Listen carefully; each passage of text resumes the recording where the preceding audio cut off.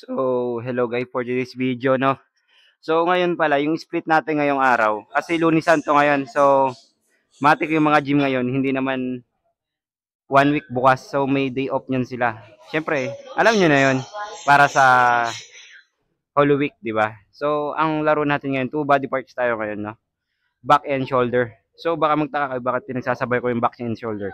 Kasi pag nag-shoulder ako, almost heavy talaga.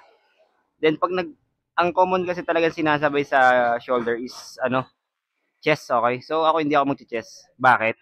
Ito kasi yung plot twist.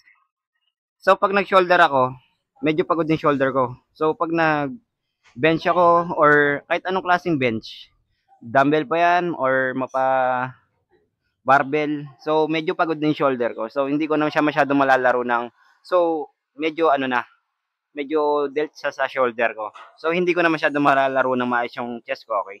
So, sana maintindihan nyo bakit nagano ako ng back tsaka shoulder ngayong araw kasi para mas mapil ko yung laro ko ngayon at hindi ako naghahabol. Kasi lalaruin natin apat sa shoulder, apat sa back. So medyo mahaba-haba. Pero sulit to guys, sinasabihan ko na kayo. So let's go. Pakita ko sa inyo kung ano yung mga lalaruin natin.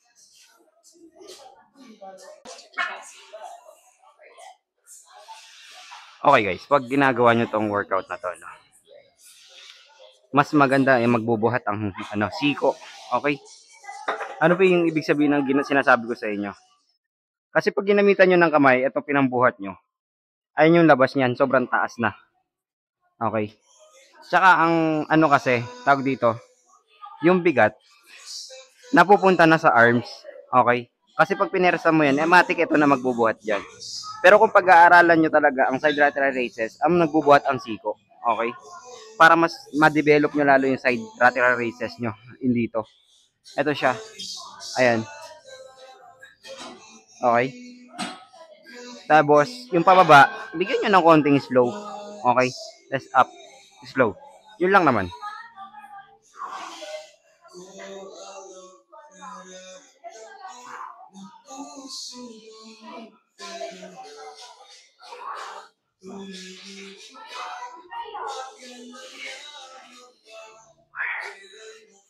Six, 7, 8,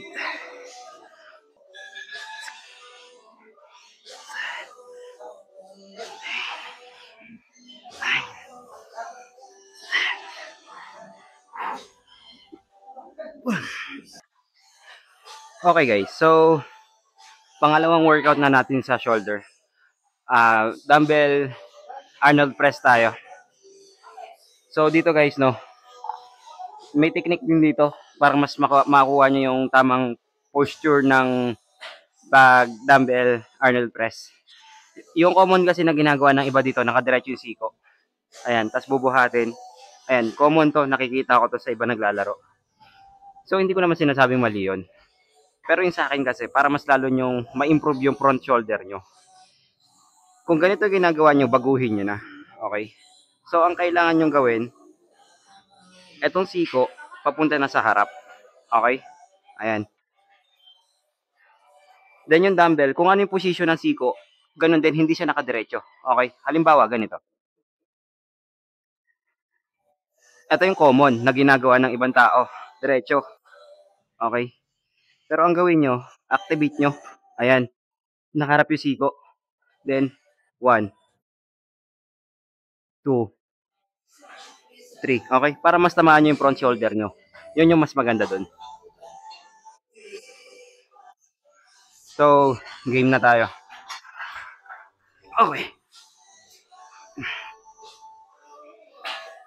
Okay, 45 lbs per set. Okay.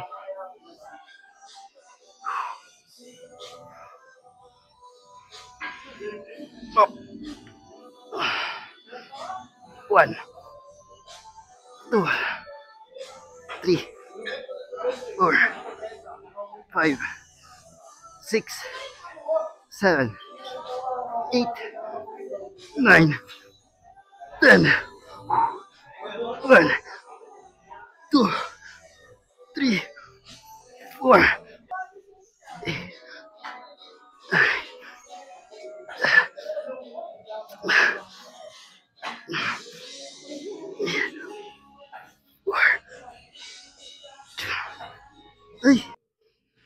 So guys, no, pangatlong workout natin sa shoulder.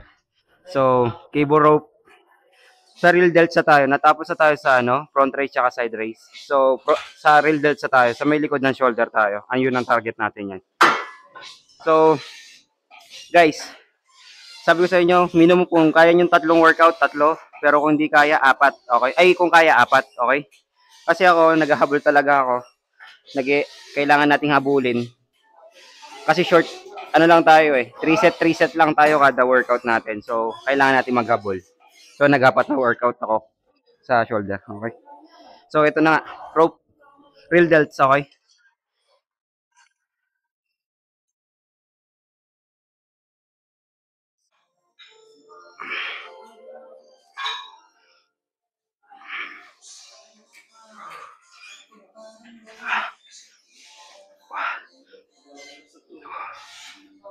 Three.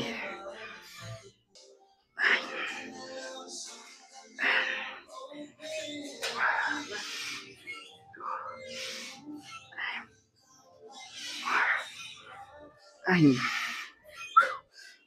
1, 2, 3, 4, 5.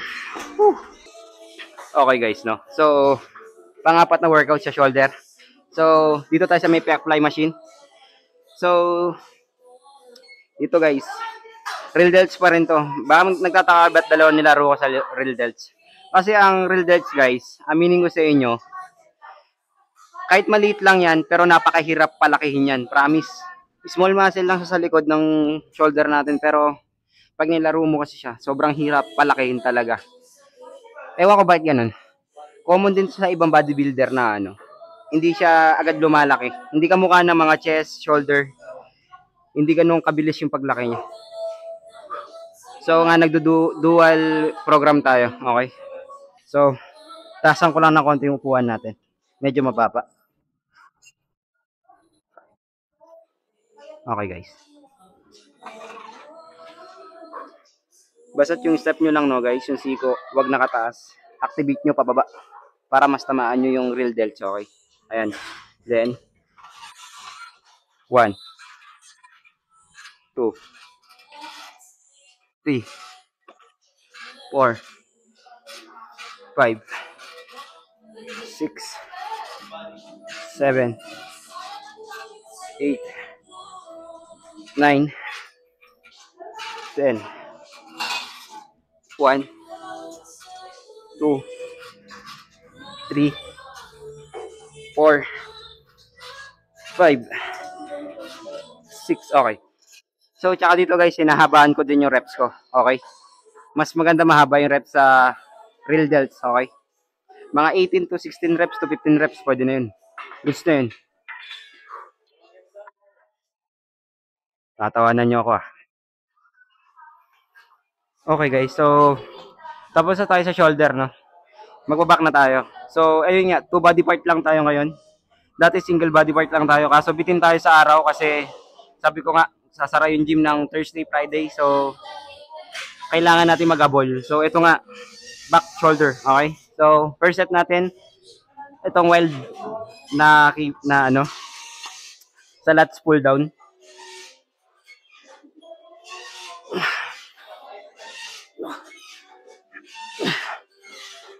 4, 5, 6, 7, 8, 9, 1.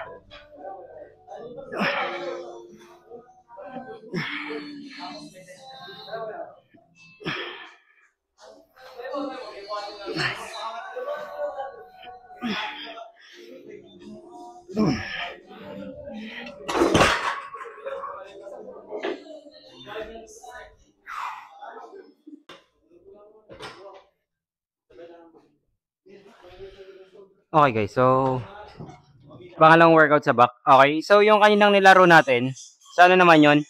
Upper back yun, no? Huwag kayong magkakamali. Pag sobrang wild, upper back yun. Tapos magko-close grip tayo. Hindi naman sobrang close grip. Okay, so mid back naman yung nalaroin natin. Okay? Mid back, okay?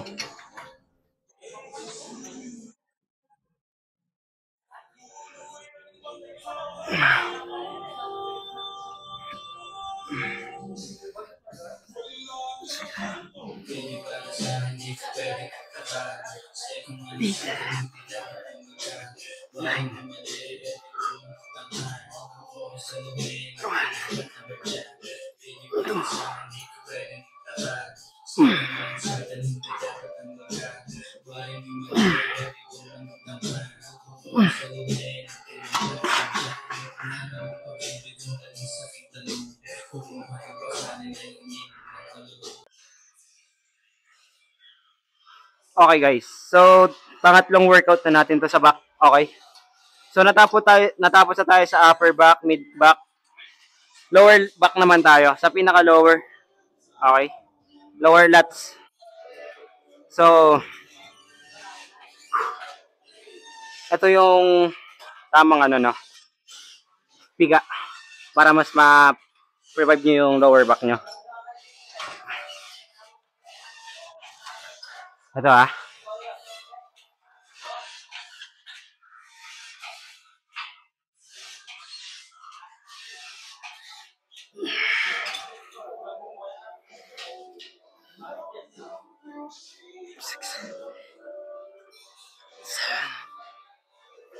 Eight.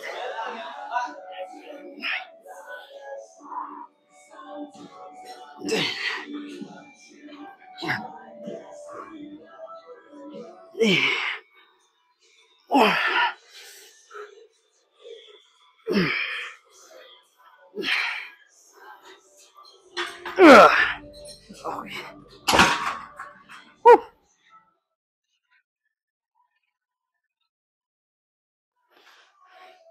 Okay guys, so pang-apat na workout sa back, single arm dumbbell.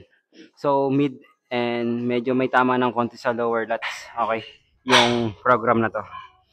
So two body parts siya ng back ang tatamaan natin. Okay.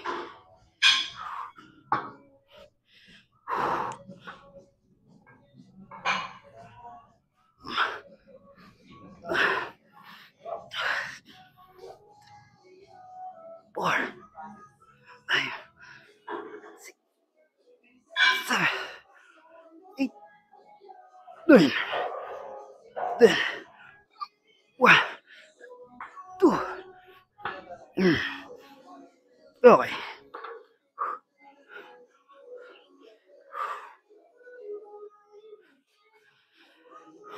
Okay din. Kabilang kamay.